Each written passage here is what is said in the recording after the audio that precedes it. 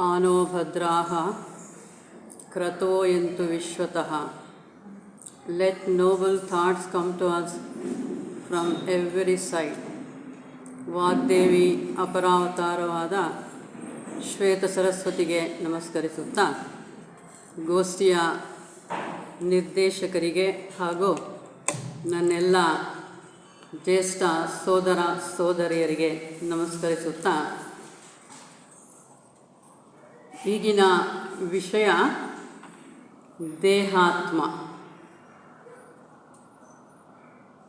ದೇಹಾತ್ಮ ಅಂದಾಗ ನಮ್ಮ ಇಡೀ ಸೌರ ಬ್ರಹ್ಮಾಂಡ, ಅದರ ಸ್ವಭಾವವನ್ನು ನಾವು ನೋಡಿದ್ರೆ, ಈ ಸೌರ ಬ್ರಹ್ಮಾಂಡ 7 ಪ್ರಜ್ಞಾ ಹಂತಗಳಲ್ಲಿ ಇರುತ್ತೆ. 7 ಸಾಂದ್ರತೆಯ ಮಟ್ಟಗಳು ಅಂತ ಕರಿತೀವಿ, ಲೇಯರ್ಸ್ ಅಂತ ಕರಿತೀವಿ, ಇಲ್ಲ ಭೂಮಿಕೆ ಅಂತ ಕರಿತೀವಿ.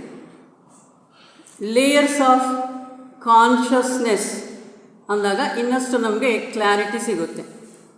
ಹೀಗೆ 7 ಹಂತಗಳು ಅಥವಾ 7 ಲೇಯರ್ಸ್ ಆಫ್ ಕಾನ್ಷಿಯಸ್ನೆಸ್ ಇದ್ದಾಗ ಅದನ್ನೇ ನಾವು ಸ್ಥೂಲ ಲೋಕ, ಕಾಮಲೋಕ, ಮನೋಲೋಕ, ಬುದ್ಧಿ, ಆತ್ಮ, ಅನುಪಾದಕ ಹಾಗೂ ಆದಿಲೋಕ ಅಂತ ಕರಿತೀವಿ.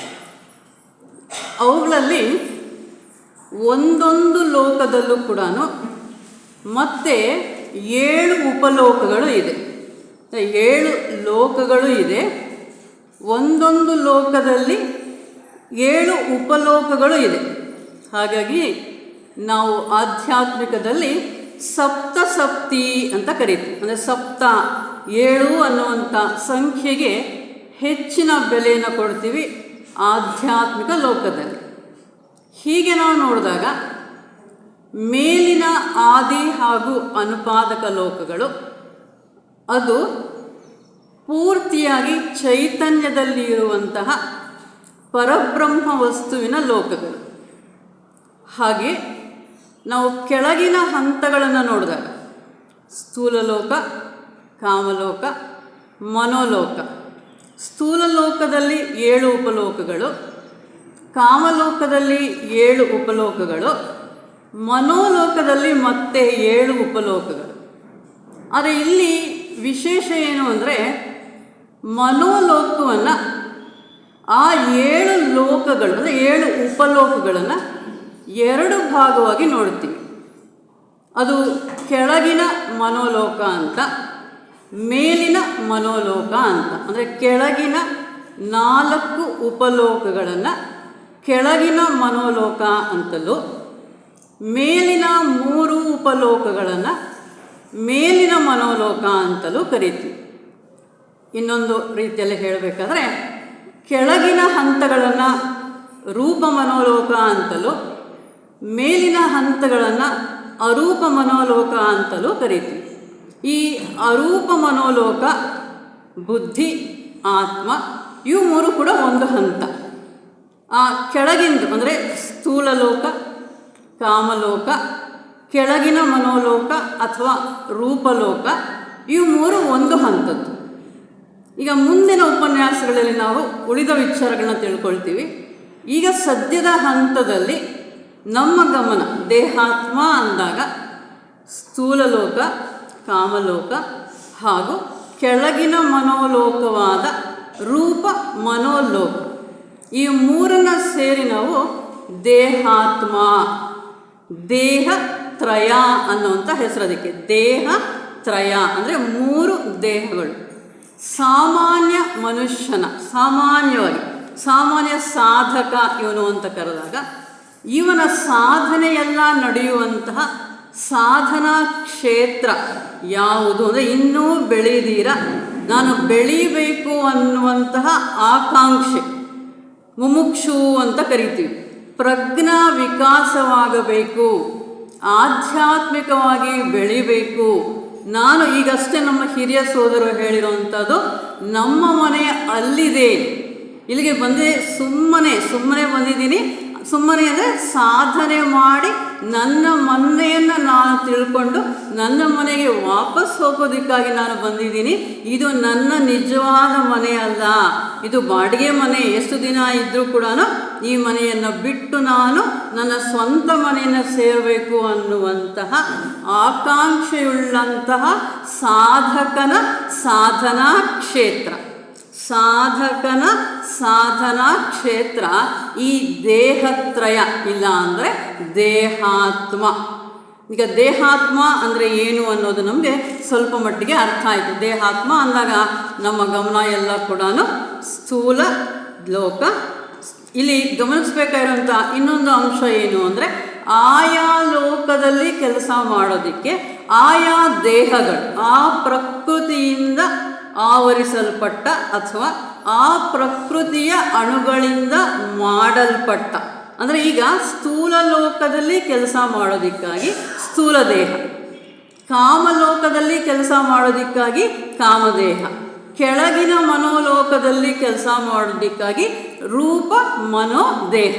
ಆಯಾ ಲೋಕಗಳು ಆಯಾ ದೇಹಗಳು, ಆಯಾ ದೇಹಗಳಿಂದ ಆಯಾ ಲೋಕಗಳಲ್ಲಿ ನಾವು ಕೆಲಸ ಮಾಡೋದಕ್ಕೆ ಸಾಧ್ಯ ಆಗುತ್ತೆ. ಹಾಗಾಗಿ ಈ ಅಪೂರ್ಣ ಸ್ಥಿತಿಯಲ್ಲಿರುವಂತಹ ಈ ಉಪಾಧಿಗಳಿಗೆ ಹಚ್ಚಿಕೊಂಡಿರುವಂತಹ ನಾವುಗಳು ಆ ಮೂಲ ಚೈತನ್ಯವನ್ನು ಸೇರಬೇಕಾದರೆ, ಪರಿಪೂರ್ಣತೆಯನ್ನು ಸೇರಬೇಕಾದ್ರೆ ನಾವು ಈ ಅಪೂರ್ಣತೆಯನ್ನು ಹಂತ ಹಂತವಾಗಿ ಕಡಿಮೆ ಮಾಡಿಕೊಳ್ತಾ ಪೂರ್ಣತೆಯ ಕಡೆ ನಮ್ಮ ಪಥ ನಡಿಬೇಕಾಗಿದೆ, ಸಾಗಬೇಕಾಗಿದೆ. ಹಾಗೆ ನಾವು ನೋಡಿದಾಗ ಈ ಎಲ್ಲ ಭೂತಕೋಟಿ, ಈ ಭೂತ ಚೈತನ್ಯದಿಂದ ಆವರಿಸಿರುವಂಥದ್ದು ನಾವು ಮತ್ತೊಂದು ಸಲ ಆ ಮಹಾ ಚೈತನ್ಯದಲ್ಲಿ ಸೇರಬೇಕು ಅನ್ನುವಂಥ ಉದ್ದೇಶಕ್ಕಾಗಿ. ಹಾಗೆ ನಾವು ಈ ಸ್ಥೂಲ ಲೋಕದಲ್ಲಿ ಸ್ಥೂಲ ಶರೀರದಿಂದ ಮಾಡಬೇಕಾಗಿರುವಂಥ ಕೆಲಸಗಳು ಯಾವುದು, ಇಲ್ಲಿರುವಂತಹ ಪರಿಮಿತಿಗಳನ್ನು ಗೆದ್ದು ಪೂರ್ಣತ್ವವನ್ನು ಪಡೆದು ಈ ಶರೀರವನ್ನು ಯಾವ ರೀತಿಯಲ್ಲಿ ಆಧ್ಯಾತ್ಮಿಕ ಪಥಕ್ಕೆ ಹೊಂದಿಕೊಳ್ಳುವಂತಹ ರೀತಿಯಲ್ಲಿ ಅದನ್ನು ಸರಿ ಮಾಡಬೇಕಾಗಿರುವಂಥದ್ದು, ಅದರ ಕಡೆ ನಾವು ಗಮನ ಹರಿಸಿದಾಗ ಈ ಮೇಲಿನ ಲೋಕಗಳಿಂದ ಆ ಪರಮಾತ್ಮನ ಚೈತನ್ಯ ಕೆಳಗಿನ ಲೋಕಗಳಿಗೆ ಬಂದಾಗ, ಆ ಉನ್ನತಾತ್ಮನ ಹತ್ರ ಚೈತನ್ಯ ಹರಿದು ಬಂದಾಗ ಅಲ್ಲಿಂದ ನಮಗೆ ಒಂದು ಸೂತ್ರ ಅಂದರೆ ದಾರದಲ್ಲಿ ಇರೋ ಥರ ಒಂದೊಂದು ದೇಹಾನು, ಅಂದರೆ ಸತ್ತ ನಂತರ ಜೀವಿ ಪ್ರಾಣವನ್ನು ತಗೊಂಡಾಗ ಜೀವಿ ಭೂಲೋಕಕ್ಕೆ ಬರಬೇಕಾದ್ರೆ ಅವನಿಗೆ ಒಂದೊಂದು ಕನೆಕ್ಷನ್, ಒಂದು ದಾರ, ಆ ದಾರಕ್ಕೆ ಒಂದೊಂದು ದೇಹಾನೇ, ಅದನ್ನು ಪರ್ಮನೆಂಟ್ ಆಟಮ್ ಅಂತ ಕರೀತಾರೆ. ಅಂದರೆ ನಾವು ದೇಹ ಸತ್ತರೂ ಕೂಡ ನಮ್ಮ ಹಿಂದಿನ ಸಂಸ್ಕಾರಗಳೆಲ್ಲ ಕೂಡ ಇದ್ದು ಅದರೊಂದಿಗೆ ಸೇರಿಕೊಂಡು ಬರೋದಕ್ಕೆ ನಾವು ಶಾಶ್ವತ ಅಣು, ಅದು ಎಂದಿಗೂ ನಾಶ ಹೊಂದೋದಿಲ್ಲ. ಯಾಕೆಂದರೆ ನಮ್ಮ ಸಾರ ಸರ್ವಸ್ವ, ನಮ್ಮೆಲ್ಲ ಕೆಲಸಗಳು, ನಮ್ಮೆಲ್ಲ ಭಾವನೆಗಳು, ನಮ್ಮೆಲ್ಲ ಯೋಚನೆಗಳು ಅದರಲ್ಲಿ ಸೇರಿಕೊಂಡಿರುತ್ತೆ. ಮತ್ತೆ ಜನ್ಮವನ್ನು ತಾಳಿದಾಗ ಇದರೊಂದಿಗೆ ನಾವು ವಾಪಸ್ ಬರ್ತೇವೆ.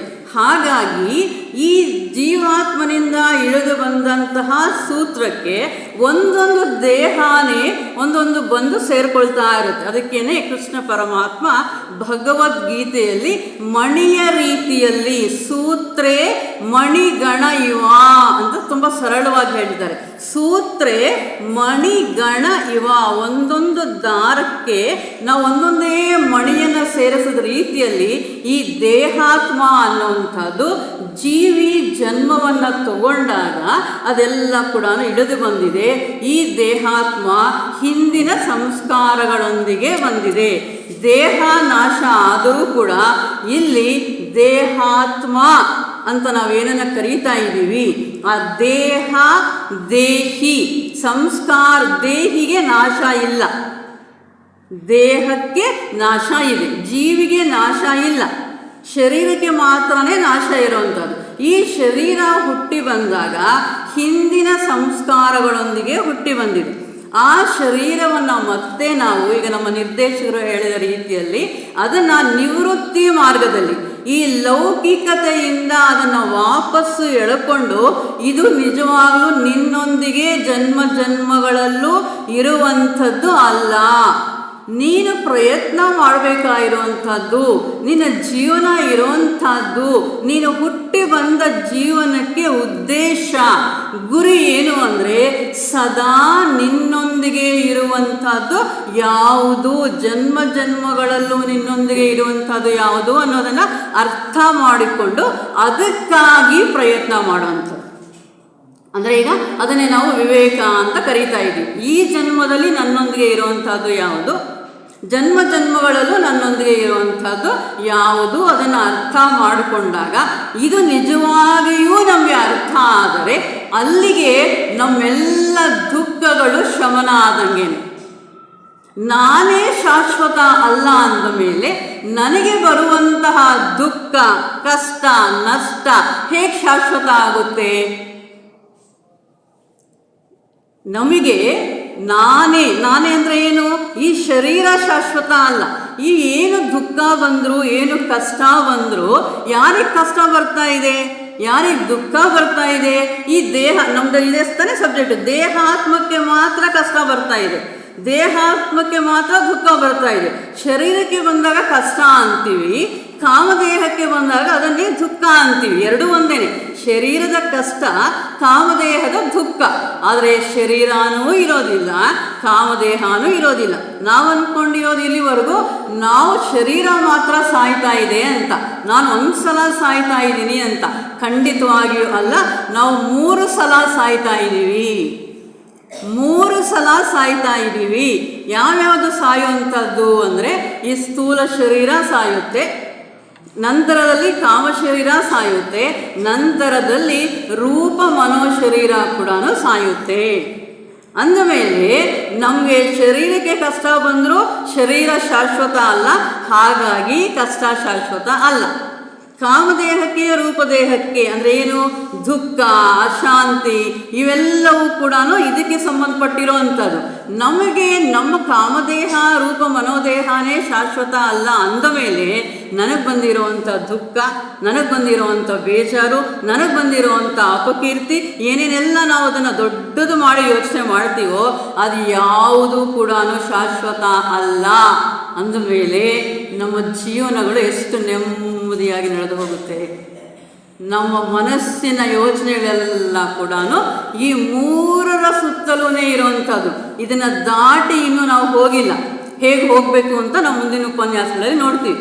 ಆದರೆ ನಿಜವಾಗಿಯೂ ಕೂಡ ನಾವು 100ಕ್ಕೆ 100 ಪಾಲು ಬದುಕ್ತಾ ಇರುವಂಥದ್ದು ಈ ದೇಹಾತ್ಮಕ್ಕೆ ಸಂಬಂಧಪಟ್ಟ ಹಾಗೇನೆ. ಅಂದರೆ ಏನು? ಈ ಸ್ಥೂಲ ದೇಹ, ಇಲ್ಲಾಂದರೆ ನಮ್ಮಲ್ಲಿರುವಂತಹ ಈ ಯೋಚನೆಗಳು, ಆಸೆಗಳು, ಇನ್ನೊಂದು ಮತ್ತೊಂದು, ಇದನ್ನು ಮೀರಿರುವಂತಹ ಯೋಚನೆಗಳು. ಇಷ್ಟೇ ನಮ್ಮ ಇಡೀ ಜೀವನ. ಅದಕ್ಕೆ ನಾವು ಮೊದಲೇ ಅಂದ್ಕೊಂಡ್ವಿ, ಸಾಮಾನ್ಯ ಮನುಷ್ಯನ ಜೀವನ, ಸಾಮಾನ್ಯ ಮನುಷ್ಯನ ಸಾಧನಾ ಕ್ಷೇತ್ರ. ಇದನ್ನು ಗೆದ್ರೇನೆ ನಾವು ಮುಂದಕ್ಕೆ ಆಧ್ಯಾತ್ಮಿಕವಾಗಿ ಮುಂದಿನ ಹೆಜ್ಜೆಗಳನ್ನು ಹಾಕೋದಕ್ಕೆ ಸಾಧ್ಯ ಇರುವಂಥದ್ದು. ಹಾಗೆ ನಾವು ನೋಡಿದಾಗ ನಮ್ಮ ಈ ಸ್ಥೂಲ ಶರೀರ, ಹೊರಗೆ ಕಾಣಿಸುವಂತಹ ಶರೀರ, ಅದಕ್ಕಾಗಿ ನಾವು ಇದನ್ನು ಸ್ಥೂಲ ಅಂತ ಕರೀತಾ ಇದ್ದೀವಿ. ಇದು ಸಾಂದ್ರತೆ ಹೆಚ್ಚು, ಅಂದರೆ ಒರಟುತನ ಹೆಚ್ಚು. ಇದಕ್ಕೆ ಶರೀರ ಅಂದ ತಕ್ಷಣ ಅರ್ಥ ಆಗಿರುತ್ತೆ ಒರಟು. ಆದರೆ ಇದಕ್ಕೇನೆ ಸ್ಥೂಲ ಶರೀರಕ್ಕೂ ಕೂಡ ಅದರದ್ದೇ ಆದ ಪ್ರಜ್ಞೆ ಇದೆ. ಸ್ಥೂಲ ಶರೀರಕ್ಕೆ ಪ್ರಜ್ಞೆ ಇಲ್ಲ ಅಂತಲೇನೋ ಇಲ್ಲ. ನಮ್ಗೆ ಹಿಂದೆ ಇರುವೆ ಓಡಾಡ್ತಾ ಇದ್ದರೆ ತಕ್ಷಣ ನಮಗೆ ಗೊತ್ತಾಗುತ್ತೆ. ಕಣ್ಣಿರೋದು ಮುಂದೆ, ಇರುವೆ ಓಡಾಡ್ತಾ ಇರೋದು ಬೆನ್ನ ಮೇಲೆ. ಇರುವೆ ಬೆನ್ನ ಮೇಲೆ ಓಡಾಡ್ತಾ ಇದ್ರು, ಅದು ನಮಗೆ ಕಾಣದೇ ಇದ್ದರೂ ಇರುವೆ ಓಡಾಡ್ತಾ ಇದೆ ಅನ್ನೋದು ನಮ್ಗೆ ಗೊತ್ತಾಗ್ತಾ ಇದೆ. ಅಂದರೆ ಅರ್ಥ ಏನು? ಈ ಸ್ಥೂಲ ಶರೀರಕ್ಕೆ ಅದರದ್ದೇ ಆದ ಪ್ರಜ್ಞೆ ಇದೆ. ಕಣ್ಣು ನೋಡದೇ ಇದ್ದರೂ ಆ ಪ್ರಜ್ಞೆಗೆ ಅರಿವು ಅಂತ ನಾವು ಹೇಳ್ತೀವಿ, ಅವೇರ್ನೆಸ್ ಅಂತ ಕರಿತೀವಿ. ಅದಕ್ಕೆ ಅರಿವಾಯಿತು. ಏನಂತ ಅರಿವಾಯಿತು? ಬೆನ್ನ ಮೇಲೆ ಇರುವೆ ಓಡಾಡ್ತಾ ಇದೆ ಅನ್ನೋಂಥ ಅರಿವು ಆಯಿತು. ಅದರಲ್ಲಿ ನಮ್ಗೆ ಅರ್ಥ ಆಗುತ್ತೆ, ಸ್ಥೂಲ ಶರೀರಕ್ಕೂ ಕೂಡ ಅದರದ್ದೇ ಆದ ಪ್ರಜ್ಞೆ ಇದೆ ಅಂತ. ನಾವೆಲ್ಲ ಕೂಡ ಹಚ್ಕೊಂಡಿರೋವಂಥದ್ದು ಯಾವುದನ್ನು ಅಂದರೆ ಈ ಸ್ಥೂಲ ಶರೀರವನ್ನು ಮಾತಾನೆ. ಇದಕ್ಕೆ ಕಂಫರ್ಟ್ ಬೇಕು, ಇದು ಚೆನ್ನಾಗಿರಬೇಕು, ಅದಕ್ಕೆ ಏನೇನೋ ಎಲ್ಲ ಸೇರಿಸಿ ಇಟ್ಕೊಂಡಿದ್ದೀವಿ. ಆದರೆ ನಮ್ಮ ಸಾಧನೆ ಮುಂದುವರಿಬೇಕಾದರೆ ನಮಗೆ ಅರ್ಥ ಆಗುತ್ತೆ, ನಾನೇ ಸ್ಥೂಲ ಶರೀರ ಅಲ್ಲ ಅಂತ. ಹೇಗೆ ಅರ್ಥ ಆಗುತ್ತೆ ನಮಗೆ? ಇದು ನನ್ನ ಬುಕ್ಕು ಅಂತ ನಾನು ಬುಕ್ಕನ್ನು ತೋರಿಸ್ತೀನಿ. ಇದು ನನ್ನ ಬುಕ್ಕು ಅಂತ ನಾನು ಹೇಳಿದಾಗ ಅದು ಅರ್ಥ ಆಗುತ್ತೆ ನಮಗೆ, ನಾನು ಬೇರೆ ಈ ಬುಕ್ಕು ಬೇರೆ ಅಂತ. ಗೊತ್ತಾನೆ? ಇದು ನನ್ನ ಬುಕ್ಕು ಅಂತ ನಾನು ಕರೆದಾಗ ನಾನೇ ಬುಕ್ ಅಲ್ಲ, ನಾನು ಬೇರೆ ಬುಕ್ ಬೇರೆ. ಹಾಗಿದ್ದ ಮೇಲೆ ಇದು ನನ್ನ ಕೈ, ಇದು ನನ್ನ ತಲೆ ಅಂತ ನಾನು ಹೇಳಿದಾಗ ನಾನು ಬೇರೆ, ನನ್ನ ಕೈ ಬೇರೆ, ನಾನು ಬೇರೆ, ನನ್ನ ತಲೆ ಬೇರೆ. ಅಂದರೆ ನಾನು ಅನ್ನುವಂತಹ ವಸ್ತು ಈ ಶರೀರದಲ್ಲಿ ಬೇರೆ ಏನೋ ಇದೆ. ನಾನೇ ಕೈಯಲ್ಲ, ನಾನೇ ತಲೆಯಲ್ಲ, ಅಂದಮೇಲೆ ನಾನೇ ಈ ಶರೀರ ಕೂಡ ಅಲ್ಲ. ಅದಕ್ಕೇನೆ ರಮಣ ಮಹರ್ಷಿಗಳು ಹೇಳ್ತಾ ಇದ್ರು, ಆ ಶರೀರವನ್ನು ತೋರಿಸಿದಾಗ ಇದು ಇದು ಅಂತ ಹೇಳ್ತಾ ಇದ್ರು. ಇದಕ್ಕೆ ಕಾಯಿಲೆ ಬಂತೇನಪ್ಪ, ಇದಕ್ಕೆ ನೀವು ಆಪ್ರೇಷನ್ ಮಾಡಬೇಕು ಅಂದ್ಕೊಂಡಿದ್ದೀರಾ, ಮಾಡಿ. ಅವ್ರಿಗೆ ಅನಿಸ್ತೇಷ ಕೂಡ ಕೊಡಲಿಲ್ಲ, ಹಾಗೆ ಆಪ್ರೇಷನ್ ಮಾಡಿದ್ರು. ಯಾಕೆ? ಆ ಸ್ಥೂಲ ಶರೀರವನ್ನು ಅವರು ನಾನು ಅಂತ ಅಂದ್ಕೊಂಡಿರಲಿಲ್ಲ. ನೀವು ಆಪ್ರೇಷನ್ ಮಾಡೋವಂಥದ್ದು ಯಾರಿಗೆ? ಇದಕ್ಕೆ ತಾನೇ ಮಾಡ್ಕೊಳ್ಳಿ, ಇದಕ್ಕೂ ನನಗೆ ಯಾವ ಸಂಬಂಧನೂ ಇಲ್ಲ. ಇಲ್ಲಿಂದ ನಮ್ಮ ಪ್ರಜ್ಞೆಯನ್ನು ಹಿಂದಕ್ಕೆ ತೆಗೆದು ಬಿಟ್ಟರೆ ಈ ಶರೀರಕ್ಕೆ ಏನಾಗುತ್ತೆ ಅನ್ನುವಂಥದ್ದಕ್ಕೂ ನಮಗೂ ಸಂಬಂಧ ಇಲ್ಲ. ಅಂದರೆ ಈ ಶರೀರ ಪ್ರಜ್ಞೆಯನ್ನು ನಾವು ಗೆಲ್ಲಬೇಕು, ಇದಕ್ಕಿಂತ ಮುಂದಿನ ಹೆಜ್ಜೆಗೆ ಹೋಗಬೇಕು ಅಂದರೆ ನಾವು ಮಾಡಬೇಕಾಗಿರುವಂಥ ಸಾಧನೆ ಏನು ಅಂದರೆ ಈ ಶರೀರ ನಾನು ಅಲ್ಲ ಅಂದಮೇಲೆ ಈ ಶರೀರಕ್ಕೆ ಬರುವಂಥ ಸುಖವಾಗಿರ್ಬೋದು, ಈ ಶರೀರಕ್ಕೆ ಬರುವಂಥ ಕಷ್ಟವಾಗಿರ್ಬೋದು, ನನಗೂ ಅದಕ್ಕೂ ಸಂಬಂಧ ಇಲ್ಲ. ಒಂದು ಸೆಂಟೆನ್ಸ್ ನೆನೆ ಓದ್ತಾ ಇದ್ದೆ, ತುಂಬ ಕ್ಯಾಚಿಂಗ್ ಅನ್ನಿಸ್ತು. ಏನದು ಅಂದರೆ, ಕರ್ಮದೇವತೆಗಳು ನಾವು ಮಾಡಿದ ಕರ್ಮಕ್ಕೆ ಅನುಗುಣವಾಗಿ ಪುಣ್ಯವನ್ನು ಮಾಡಿದರೆ ಸುಖವನ್ನು ಕೊಡ್ತಾರೆ, ಪಾಪವನ್ನು ಮಾಡಿದರೆ ಕಷ್ಟವನ್ನು ಕೊಡ್ತಾರೆ. ಹೌದಾ? ಇದು ನಮಗೆ ಥಿಯಾಸಫಿಲ್ ಎಂಟರ್ ಆದಾಗಿಂದಲೂ ಕೂಡ ಕೇಳಿ ಕೇಳಿ ಹೇಳಿ ಓದಿ ಈಗ ಅಭ್ಯಾಸ ರಕ್ತಗತ ಆಗೋಗ್ಬಿಟ್ಟಿದೆ. ಒಳ್ಳೇದು ಮಾಡಿದ್ರೆ ಒಳ್ಳೆಯದು, ಕೆಟ್ಟದ್ದು ಮಾಡಿದ್ರೆ ಕೆಟ್ಟದ್ದು. ಇದರಲ್ಲೇನು ವಿಶೇಷ ಅನ್ನಿಸ್ಲಿಲ್ಲ. ಬಟ್ ಇನ್ನೊಂದು ಸೆಂಟೆನ್ಸ್ ಅದರ ಜೊತೆನೇ ಇತ್ತು, ಕೊರಗುವುದಕ್ಕೆ ಕರ್ಮದೇವತೆಗಳು ಕಾರಣರಲ್ಲ. ಒಂದು ನಿಮಿಷ. ಕೊರಗುವುದಕ್ಕೆ ಕರ್ಮದೇವತೆಗಳು ಕಾರಣರಲ್ಲ. ನಾನೇನೋ ಹಿಂದಿನ ಜನ್ಮಗಳಲ್ಲಿ ಪಾಪ ಮಾಡಿದ್ದೀನಿ, ಆ ಪಾಪದ ಫಲಿತವಾಗಿ ಈ ಜನ್ಮದಲ್ಲಿ ನನಗೆ ಕಷ್ಟ ಬಂದಿದೆ, ಆ ಕಷ್ಟವನ್ನು ನಾನು ಅನುಭವಿಸ್ಬೇಕು. ಇದು ಕರ್ಮದೇವತೆಗಳ ಕೆಲಸ. ಅವರು ಡಿಸ್ಟ್ರಿಬ್ಯೂಟ್ ಮಾಡಿ, ಈಗ ಇಷ್ಟು ಪುಣ್ಯ ನಿಂದು, ಎಷ್ಟು ಪಾಪ ನಿಂದು, ಎಷ್ಟು ಒಳ್ಳೆಯದು ನಿನಗೆ, ಇದಿಷ್ಟು ಅಂತ. ಆದರೆ ಆ ಬಂದಿರುವಂತಹ ಕಷ್ಟವನ್ನು ಭೂತ ಕರಡಿಯಲ್ಲಿ ನೋಡಿಬಿಟ್ಟು ನನಗಿಂಥ ಕಷ್ಟ ಬಂತು, ನನಗೆ ಹಂಗಾಯಿತು, ನನಗೆ ಹಿಂಗಾಯಿತು, ಅದ್ಯಾಕೆ ಹಿಂಗಾಯಿತು, ಅವರೆಲ್ಲ ಚೆನ್ನಾಗಿದ್ದಾರೆ, ನನಗೇ ಓಹೋ ನಮ್ಮ ಪ್ರಶ್ನೆ ಎಷ್ಟು ಚೆನ್ನಾಗಿರುತ್ತೆ ನೋಡಿ, ನನಗೇ ಯಾಕೆ ಈ ಕಷ್ಟ ಬಂತು, ಅವರೆಲ್ಲ ಆರಾಮಾಗಿದ್ದಾರಲ್ಲ, ನನಗೆ ಯಾಕೆ ಈ ಥರ ದುಃಖ.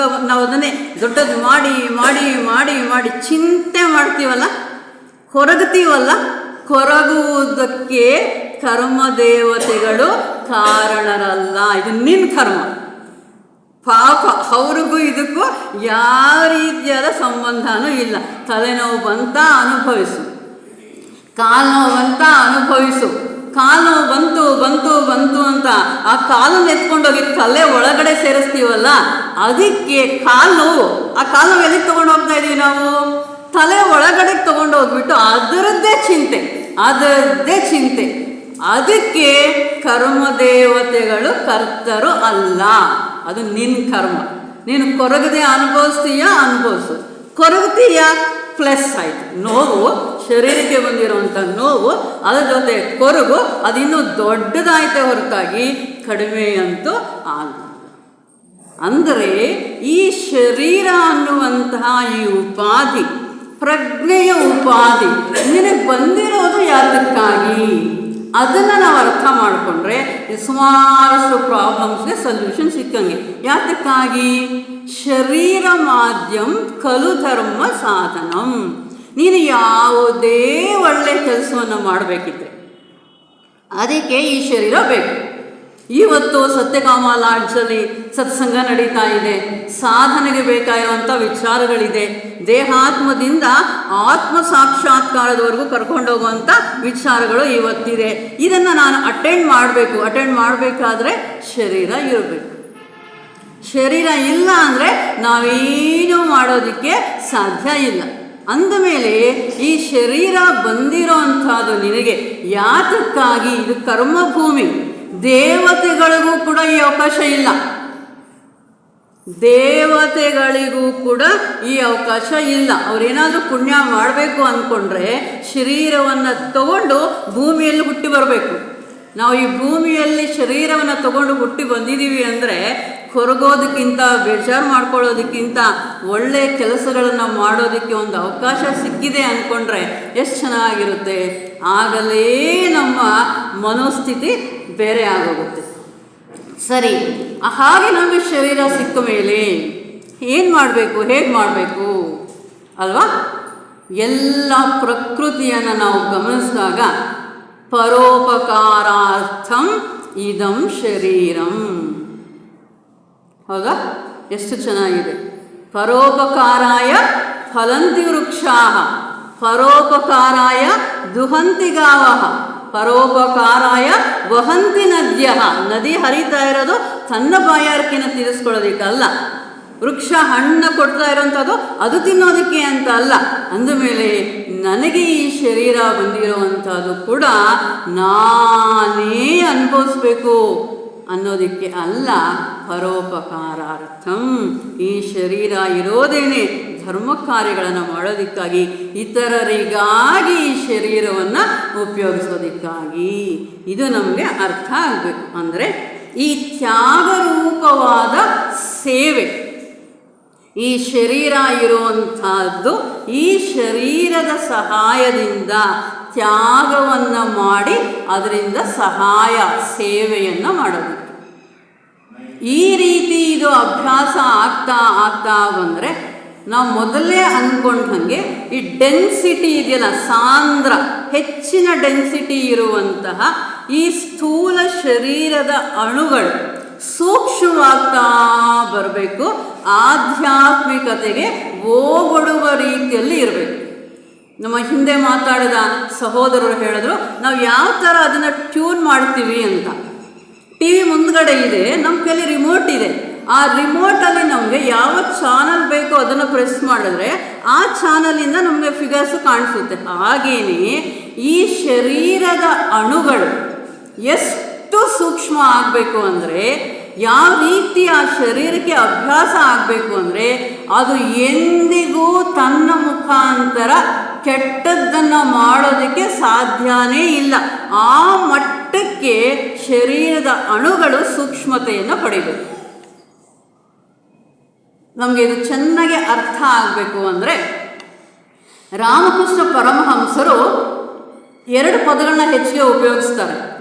ಕಾಮಿನಿ ಕಾಂಚನ ಅಂದರೆ ನಮ್ಮೆಲ್ಲರನ್ನ ಕೆಳಗಡೆಗೆ ಎಳೆಯುವಂಥದ್ದು, ಉನ್ನತ ಭಾವನೆಗಳಿಂದ ವಾಪಸ್ಸು ಎಳ್ಕೊಳ್ಳೋವಂಥದ್ದು ಯಾವುದು ಅಂದರೆ ಕಾಮಿನಿ ಕಾಂಚನ.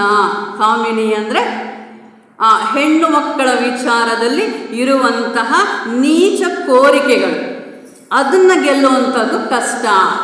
ಇನ್ನು ಎರಡನೇದಾಗಿ ಕಾಂಚನ, ಆಸ್ತಿ, ದುಡ್ಡು, ಅದು ಬೇಕು, ಇದು ಬೇಕು, ಇದು ಬೇಕು, ಅದು ಬೇಕು ಅಂತ.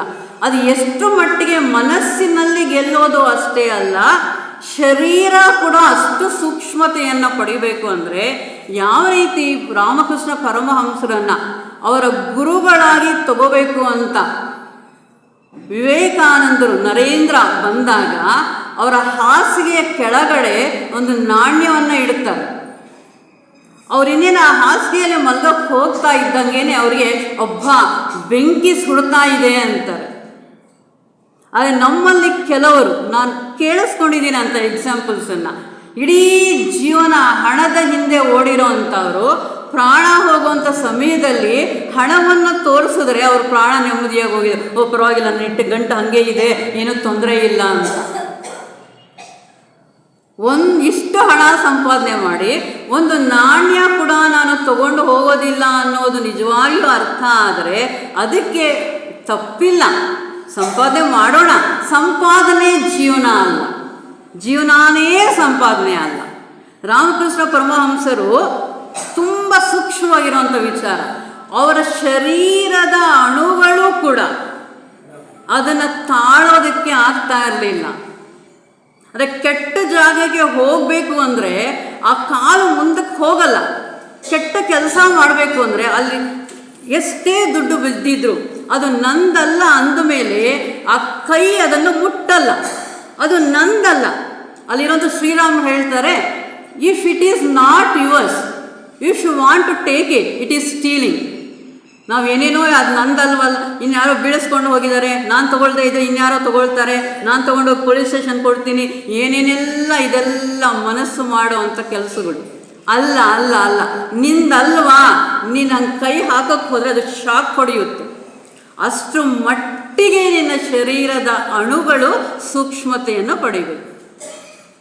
ಶಾರದಾ ಮಾತೆಯನ್ನು, ಪುಟ್ಟ ಮಗುವನ್ನು ಮದುವೆ ಮಾಡಿ ಬಂದ್ಕೊಂಡಾಗ ರಾಮಕೃಷ್ಣ ಪರಮಹಂಸರು, ಇಬ್ಬರು ಮೂವರು ಮಕ್ಕಳ ತಾಯಿ ಆಗ್ತೀಯಾ ಇಲ್ಲ ಇಡೀ ಪ್ರಪಂಚದ ತಾಯಿ ಜಗನ್ಮಾತೆ ಆಗ್ತೀಯಾ ಅಂತ ಕೇಳಿದಾಗ, ನಿಮ್ಮ ಇಚ್ಛೆ ನನ್ನ ಇಚ್ಛೆ, ನನಗಿಬ್ಬರು ಮೂವರು ಮಕ್ಕಳು ಬೇಕಿಲ್ಲ, ಕಷ್ಟದಲ್ಲಿರುವಂಥ ಪ್ರತಿಯೊಂದು ಮಗುನು ನನ್ನ ಮಗುನೇ ಅಂತ ಹೇಳಿದ್ರು.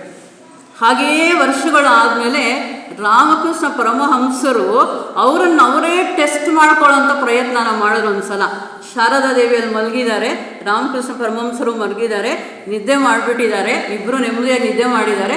ಒಂದು ಸಲ ಹೊರಳಾಡೋದ್ರಲ್ಲಿ ಅವರ ಕೈ ಆ ಕಡೆ ಹೋಯಿತು ಅಷ್ಟೇ, ಆ ಕೈ ಹಾಗೇ ನಿಂತೋಯ್ತು. ನಿದ್ದೆಯಲ್ಲಿ ಕೂಡ ಆ ಕೈ ಹಾಗೇ ನಿಂತೋಯ್ತು. ಯಾಕೆಂದರೆ ಅಲ್ಲಿರುವಂಥದ್ದು ಜಗನ್ಮಾತೆ, ನನ್ನ ಪತ್ನಿ ಶಾರದೆ ಅಲ್ಲ. ಇದು ಶರೀರದ ಪವಿತ್ರತೆ. ಅಂದರೆ ಎಂದಿಗೂ ಯಾವ ರೀತಿಯಲ್ಲೂ ಕೂಡ ಈ ಶರೀರದಿಂದ ತಪ್ಪನ್ನು ಮಾಡೋದಕ್ಕೆ ಸಾಧ್ಯನೇ ಇಲ್ಲ ಅನ್ನೋಷ್ಟು ಮಟ್ಟಿಗೆ ಈ ಶರೀರವನ್ನು ನಾವು ಪವಿತ್ರವಾಗಿ ಬೆಳೆಸ್ಕೋಬೇಕು. ಯಾಕೆ? ಏನೆಲ್ಲ ಪ್ರಪಂಚದಲ್ಲಿ ದೇವಸ್ಥಾನಗಳು ಅಂತ ನಾವು ಓಡಾಡ್ತೀವೋ, ಏನೆಲ್ಲ ಆ ದೇವಸ್ಥಾನ, ಈ ದೇವಸ್ಥಾನ, ಲಲಿತೆ ದೇವಸ್ಥಾನ, ಚೌಡೇಶ್ವರಿ ದೇವಸ್ಥಾನ, ಈಶ್ವರನ ದೇವಸ್ಥಾನ, ವಿಷ್ಣುವಿನ ದೇವಸ್ಥಾನ ಅಂತ ಎಲ್ಲೆಲ್ಲ ಓಡಾಡೋದಕ್ಕೆ ಇಷ್ಟಪಡ್ತೀವೋ, ಆದರೆ ನಿಜವಾದ ದೇವಸ್ಥಾನ, ಜೀವಂತಿಕೆ ಇರುವಂಥ ದೇವಸ್ಥಾನ, ನಿಜವಾಗಿಯೂ ಪರಮಾತ್ಮ ನೆಲೆ ನಿಂತಿರುವಂತಹ ದೇವಸ್ಥಾನ ನಿನ್ನ ಶರೀರ. ಇವೆಲ್ಲವೂ ಕೂಡ ಹೊರಗಿನದ್ದೇ, ನಿರ್ಜೀವವಾಗಿರುವಂಥದ್ದೇ. ದೇವಸ್ಥಾನದಲ್ಲಿರುವಂತಹ ದೇವರು ಒಂದು ಹಂತ ಆದರೆ, ನಿನ್ನದೇ ಶರೀರ ದೇವಸ್ಥಾನ, ನಿನ್ನ ಒಳಗಡೆ ಆತ್ಮ ಚೈತನ್ಯ ಇದೆ. ಸದಾ ಆ ಅರಿವು, ಅವೇರ್ನೆಸ್, ಇದು ಒಂದು ದೇವಸ್ಥಾನ. ಇದರ ಒಳಗಡೆ ಭಗವಂತನಿದ್ದಾನೆ. ಈ ದೇವಸ್ಥಾನದಿಂದ ಕೆಟ್ಟ ಕೆಲಸಗಳು ಮಾಡೋದಕ್ಕೆ ಸಾಧ್ಯ ಇಲ್ಲ. ಇದು ಒಂದೇ ಒಂದು ದೇವಸ್ಥಾನ, ಜೀವಂತಿಕೆಯ ದೇವಸ್ಥಾನ. ಇದನ್ನು ಎಷ್ಟು ಪವಿತ್ರವಾಗಿ ನಾವು ನೋಡ್ಕೊಳ್ತಾ ಇದರಿಂದ ನಾವು ಮುಂದಿನ ಹಂತಗಳಿಗೆ ಸಾಗಬೇಕಾಗಿದೆ. ಮುಂದಿಂದು ಕಾಮದೇಹ. ಈ ಕಾಮದೇಹ ನಮ್ಮ ಸ್ಥೂಲ ದೇಹಕ್ಕಿಂತಲೂ, ಸ್ಥೂಲ ಶರೀರಕ್ಕಿಂತಲೂ ಸೂಕ್ಷ್ಮವಾಗಿರುವಂಥದ್ದು. ಇಲ್ಲಿ ನಾವು ಗಮನಿಸಬೇಕಾಗಿರುವಂಥ ಅಂಶ ಏನು ಅಂದರೆ, ಸೂಕ್ಷ್ಮತೆ ಹೆಚ್ಚಿದಷ್ಟು ಅದರ ವ್ಯಾಪಕತೆ ಹೆಚ್ಚಾಗುತ್ತೆ, ಅದರ ಶಕ್ತಿನೂ ಹೆಚ್ಚಾಗುತ್ತೆ. ಸೂಕ್ಷ್ಮತೆ ಹೆಚ್ಚಿದಷ್ಟು ಅಂದರೆ, ಶರೀರದಿಂದ ನಾನೇನಾದರೂ ಸಹಾಯ ಮಾಡಬೇಕು, ಸೇವೆ ಮಾಡಬೇಕು ಅಂದರೆ ಆ ಶರೀರ ಅಲ್ಲಿಗೆ ಹೋಗಬೇಕು, ಅಲ್ಲಿ ನಾನು ಸೇವೆ ಮಾಡಬೇಕು, ಆ ಶರೀರಕ್ಕೆ ಸೇವೆ ಮಾಡಬೇಕು. ಆದರೆ ಕಾಮ ಶರೀರ ಇದಕ್ಕಿಂತಲೂ ಸೂಕ್ಷ್ಮವಾಗಿರೋ ಕಾರಣ ಅದರ ವ್ಯಾಪಕತೆಯೂ ಹೆಚ್ಚು, ಅದರ ಶಕ್ತಿನೂ ಹೆಚ್ಚು. ಇದರ ಸ್ಥಾನ ಏನು? ಕಾಮ ಶರೀರ ಕಾಮಲೋಕದಲ್ಲಿ ಕೆಲಸ ಮಾಡುವಂಥದ್ದು. ಮುಖ್ಯವಾಗಿ ಇದರಲ್ಲಿ ಬರುವಂಥ ಭಾವನೆಗಳು, ಹೆಚ್ಚಿನ ಭಾವನೆಗಳು ಎಲ್ಲ ನಾವು ಲಿಸ್ಟ್ ಮಾಡಿ ಇಟ್ಟರೆ ಎರಡೇ ಲಿಸ್ಟ್, ಒಂದು ರಾಗ, ಒಂದು ದ್ವೇಷ. ಇವರು ನನಗೆ ಬೇಕು, ಇವರು ನನಗೆ ಬೇಡ, ಈ ವಸ್ತು ನನಗೆ ಬೇಕು, ಈ ವಸ್ತು ನನಗೆ ಬೇಡ, ಸುಖ ಬೇಕು, ದುಃಖ ಬೇಡ, ಕೀರ್ತಿ ಬೇಕು, ಅಪಕೀರ್ತಿ ಬೇಡ, ಲಾಭ ಬೇಕು, ನಷ್ಟ ಬೇಡ. ಇದೆಲ್ಲ ಸುತ್ತಾಡುವಂಥ ಜಾಗ ಯಾವುದಪ್ಪ ಅಂದರೆ ಕಾಮಲೋಕದಲ್ಲಿನ ಕಾಮ ಶರೀರ. ಇದನ್ನು ನಾವು ಪವಿತ್ರವಾಗಿ ಇಟ್ಕೋಬೇಕು. ಯಾತಕ್ಕಾಗಿ ನನ್ನಲ್ಲಿ ದ್ವೇಷ ಇದೆ, ಯಾತಕ್ಕಾಗಿ ನನ್ನಲ್ಲಿ ಕೋಪ ಇದೆ, ಯಾತಕ್ಕಾಗಿ ನನಗೆ ಅಶಾಂತಿ ಇದೆ ಅಂದರೆ ಅದಕ್ಕೆ ಯಾರೋ ಕಾರಣರಲ್ಲ, ನಾನೇ ಕಾರಣ. ಹಿಂದಿನ ಜನ್ಮಗಳಲ್ಲಿ ನಾನು ಪ್ರೇಮ ಭಾವನೆಯನ್ನು ಹೆಚ್ಚಿಗೆ ಬೆಳೆಸ್ಕೊಂಡು ಬಂದಿದ್ದರೆ, ಕಾರಣ ಶರೀರದಲ್ಲಿ ಪ್ರೇಮ ಭಾವನೆ ಇದ್ದು ಈ ಜನ್ಮದಲ್ಲಿ ಅದರೊಂದಿಗೆ ಹುಟ್ಟಿ ಬರ್ತಾ ಇದ್ದೆ ನಾನು. ಅಂದರೆ ಏನರ್ಥ? ಈಗ ನನಗೆ ಶಾಂತಿ ಇಲ್ಲ ಅಂದರೆ ಕಾರಣ ಶರೀರದಲ್ಲಿ ಶಾಂತಿ ಇಲ್ಲ, ಅದಕ್ಕಾಗಿ ಈಗ ನನಗೆ ಶಾಂತಿ ಇಲ್ಲ. ಕಾರಣ ಶರೀರದಲ್ಲಿ ಶಾಂತಿ ಯಾಕಿಲ್ಲ ಅಂದರೆ ಹಿಂದಿನ ಜನ್ಮಗಳಲ್ಲಿ ನಾನು ಅದನ್ನು ಅಭ್ಯಾಸ ಮಾಡಿಕೊಂಡು ಬಂದಿಲ್ಲ.